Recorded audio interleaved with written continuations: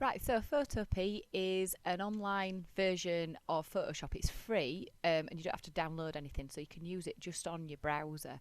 So it's really good for if you're wanting to edit your photographs and enhance them at home. So I'm just going to do a quick run through of 5 things that you can do to your photographs to improve them. First, you need to open a photograph. So if you click open from computer, that will open up a window and you can select the image that you're going to work from. So there we go. I'm going to show you 5 things that you can add or edit your photographs with. You don't have to do all of these. 1 or 2 can enhance them, and it's about creating the best image from the photographs that you've got. So the first thing that we're going to do is crop this image. It's quite a nice image of Boston Castle, but we're going to use the crop tool, which is here, which is like 2 little pincers. And if you draw your box as to where you want it, there we go. I'm going to crop out this car and that lamppost because I don't want them. If you let go of your box, you can see you've got these little markers and you can move it in. I quite like the idea that that line is central within my image, but I want it to be a little bit more rectangular, not quite so square. So I'm going to go with, let's see how that goes. And then if you press enter, and it crops for you, and you can see I've got a really nice focused centre line composition there.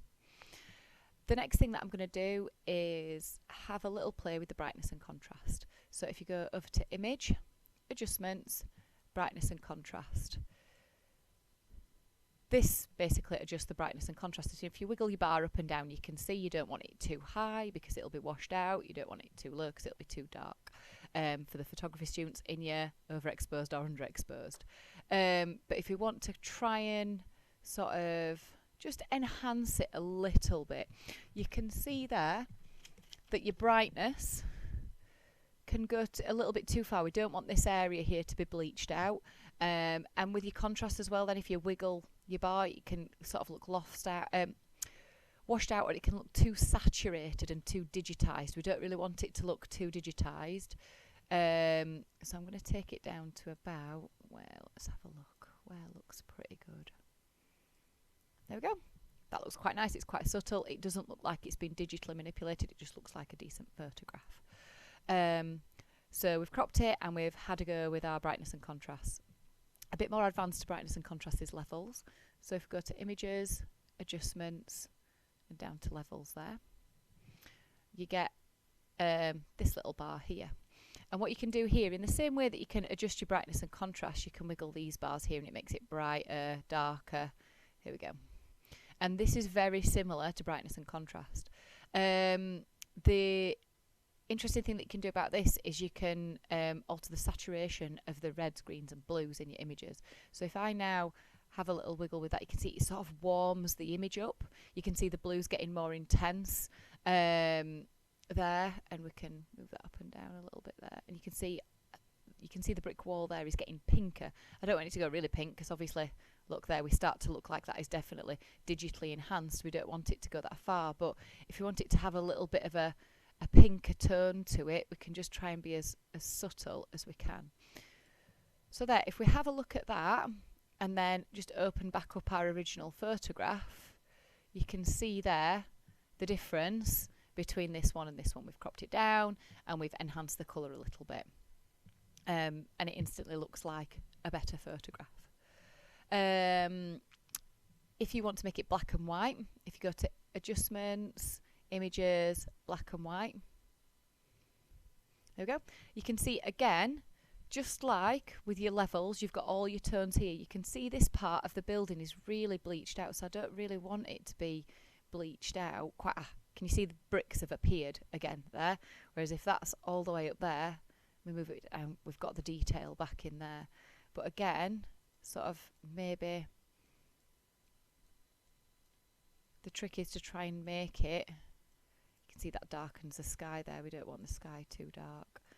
The trick is to try and make it not look like it's been digitally enhanced. So if you compare that now to your original image, it looks much more dramatic.